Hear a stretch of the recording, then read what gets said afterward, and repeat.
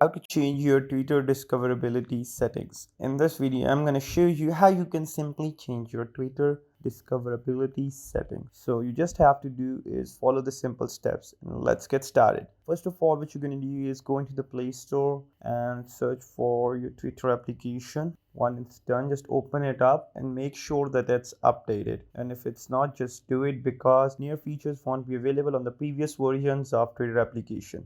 Secondly, if you are an Apple or other Symbian or any other operating system users, so you make sure that you do it as well because the same thing implies. Now, without wasting any more second, let's get started. First of all, open up the Twitter application so that you can change your discoverability settings. You just have to go into your profile that is at the top left corner of your screen. Once you tap on it, you just scroll down below in this dialog box which contains numerous options, and you'll have to go on settings and privacy. That would be the second last option. Once you tap on it, a new page appears up which has again numerous options, out of which you have to go into security and account or access, or you have to go in privacy and safety. Once you get to privacy and safety, you just have to go down and see for discoverability and contacts. That would be under your Twitter activity tab. Once you find it, just tap on it. Here it is.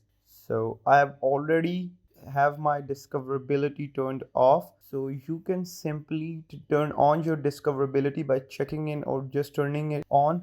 That says let others find you by your email. That says the other people can find you by your email address or they can contact you. And the other option is let others find you by your phone. This means if you have added your phone number in the settings, they can also find you through your number. And lastly, it is that sync my address book contacts. That means your address book contacts would automatically be synced and you guys can contact each other. So this is how you turn it on, and this is how you turn it off. Basically, this is how you change your Twitter discoverability settings. I hope this was easy video and you guys liked it. So don't forget to like, comment, share, and subscribe the channel. And if you guys still have any query or question to ask, comment down below. I would love to answer. So till next time, peace.